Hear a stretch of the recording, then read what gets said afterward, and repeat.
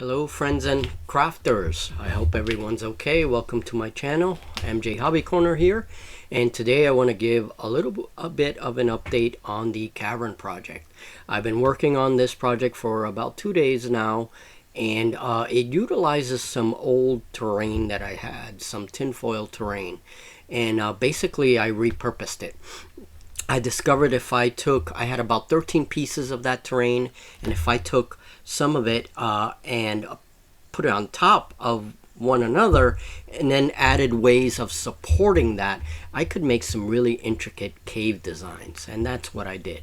So I needed some support columns, and today that's what I did. I'm using the plastic bag technique for making rock, and that's what you see here. I apply some heat with a heat gun, melt it up, and I also wrap some wire around. That's 18 gauge wire that I buy at Walmart, and that keeps everything nicely together and in shape. I usually remove that wire afterwards, and basically I just melt all that plastic, and it gives me a nice kind of rocky texture. Here I'm adding clumps of plastic bag. This column used about 10 or 12 bags, so a lot of bags got recycled in that one column.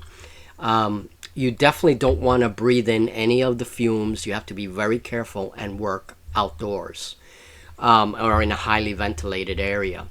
These asteroids that you just saw were made with the plastic bags. So I started working on the cavern, and here again you see the plastic bag column that I made, and then I started adding stalagmites and stalactites to that thing using tinfoil. That's my technique. And I also made some platforms, and you're going to see that the floor of the cavern is done the same way that I make these platforms. I make these tinfoil mosaics right on the cardboard and use my hot glue gun to texture it. That's a technique that I learned from DM Scotty from his channel. If you haven't checked it out, check it out. It's a great channel. I learned a lot from watching his videos. And so I used my heat gun to kind of texture everything. And that's a quick and dirty way of doing it. Quick and efficient way of doing it, rather. But anyway, you can see how the cavern is turning out as I add platforms, as I begin to add stalagmites and stalactites. You see the plastic bags. I also use that squishy foam. It's that yellow foam that comes in pillows, and I make rocks out of that, actually. Then once everything is done, once I added all the details I wanted, then I got some water and some PVA glue. This is actually tacky glue. It's a thick glue, and some apple barrel paint. This is gray, pewter gray, and it's very cheap paint. And I just mixed the glue, the water, and the paint, and then I add some flour to it. And this was a technique that was recommended to me a while back when I was doing one of my styrofoam complex. But I already had a technique for the complex, so I didn't really want to do it then. But I tried it on this. I tried it on my tin foil. And so this is the flour, water, glue, and paint mixture. And I just covered all the platforms with it. And it filled up all the gaps nicely and made a nice layer over the tin foil. And that helped the paint to really stick to it. So it's just a nice little layer of protection, really. Once all that dries up with the glue and the flour and all that stuff, gives you a nice little texture. So I did that for everything, all the tinfoil pieces, all the platforms. It took me about an hour and a half to do everything because it was a lot of it, right? And even some of the old tinfoil terrain pieces, I went over it with that mixture. And that's what you're seeing here, There's the board, and that board I made exactly the same way I did the platforms that you see there with that tinfoil mosaic technique. And it worked really well, except instead of the flour and water mixture, I used like a plaster compound and water mixture and glue, and that's how I made the board. And that's been with me for about a year now, so it's really good. Some of that tinfoil terrain is about 2 years old. So, but now everything's getting a retouch, and there are a lot of new pieces remade. I made about 30 cavern terrain pieces. And then here I just started putting all my miniatures down. I had a Dark Elf warband from Reaper Minis, and there's a dragon from one of my D&D board games. I'm going to be painting that because that is an awesome dragon. And, you know, I'm going to be using him in my games pretty soon. So there he is, you know, perfect for this kind of terrain. And so I started just putting all my miniatures on, making sure that they can move around the platforms and all that stuff. And what you see here now, everything is drying. I added that flour and water and glue mixture, and now everything is drying. It took about, well, it got a little bit warm in the studio, so probably about 45 minutes to dry. And then I was able to spray paint it, and you'll see that in a minute. I used 2 colors of spray paint for it. But notice everything is modular, so things come off. I have these little stalactite pegs that I use to unite some of the platforms if I want to unite them, right? So again, everything's some things can just come right off the base of something else, you know. So it's a very modular piece. Some of those bigger pieces, they are married together, you know. I just took one of my base tinfoil pieces and then added another piece on top. Just inverted the other piece, so this way I can make the platform. So it was really cool, really cool. And there's the column that I finished with the plastic bag technique. So now everything's drying, and I have the fan running because things are, you know, things can get pretty warm in the studio when it's hot out. So, but you'll see once it's all set up. And here now I took everything and started spray painting. I spray painted with like a rusty brown and then some green as well, and then spray painted over that. So this is the kind of the first base coat really. And then I go back. I'm not finished yet. I have to go back and do some brushwork. I do a little bit of texture pasting. But you can see all the different shapes and sizes of the platforms and all the rocky texture and stuff. Now I started putting things together because I couldn't wait. And I actually had this little solo game by myself, just messing around with the figures, testing out line of sight and all that. But you can see that middle rock piece is about 3.5 feet tall. So it can be really tall. It doesn't have to be that tall, but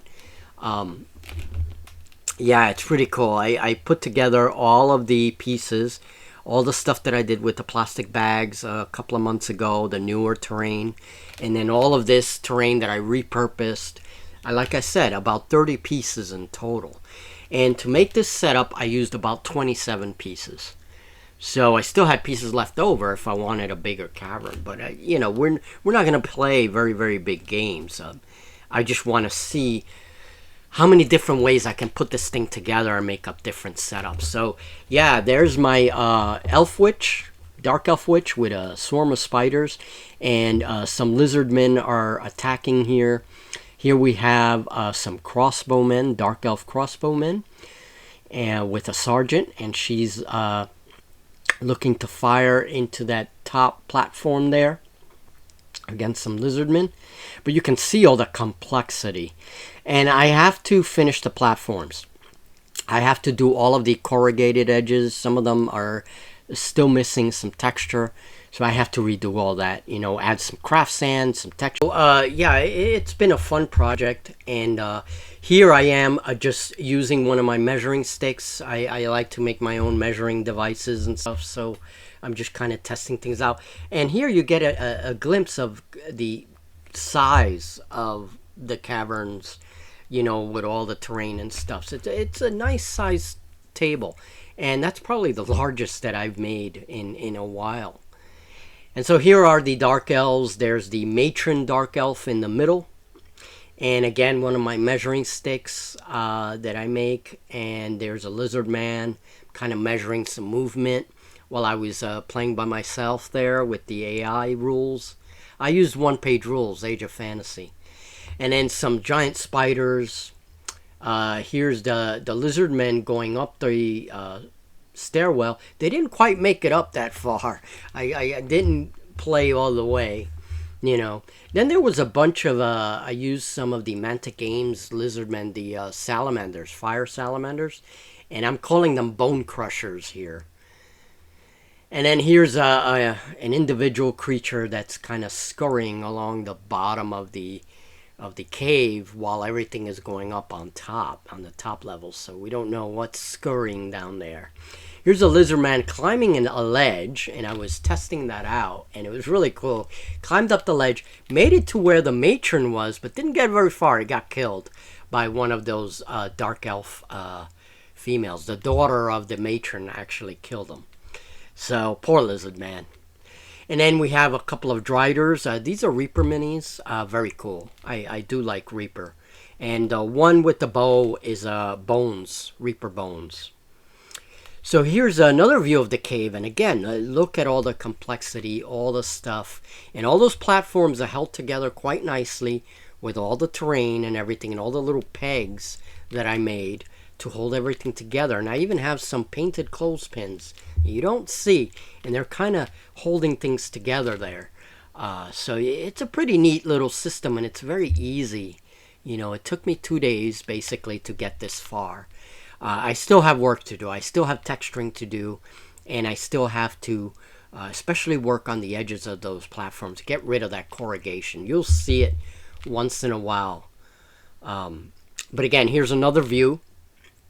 Okay, so I'm giving you a lot of views so you guys see basically what I did. And this is one of many different setups. I can play with this all day and make all kinds of setups.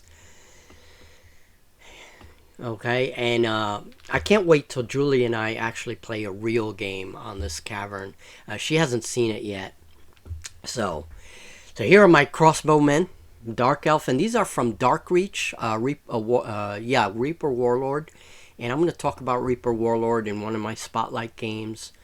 It's a cool rule set, and there's a Reaper Worm all the way in the back. One of the lizard men summoned it, and it came out of the ground right in front of that spider swarm, you know, and kind of halted them a bit. So it was cool. And there's the wizard, the lizard man wizard, holding up the scroll, and I'm taking some measurement there. So, and then I added some stick bridges that I had. These are old bridges that I made for Ghost Archipelago some time ago, last year I think, or 2 years ago. I'm going to be redoing those, and I want to make some proper rope bridges for the caverns. That would be awesome. And as some of my subscribers have said, you know, this could be a mine, a dwarf mine. One subscriber suggested put your coral clip-ons on and play Deep Wars, like a cave underneath the sea. That would be awesome. And add like fish and things like that swimming around, and maybe like some sponges, and have, you know, a cave underwater. That would be so awesome. So there it is, folks. That was my update for you guys, and I thank you for watching. I hope you enjoyed it. More on the caves very, very soon. Thanks, guys.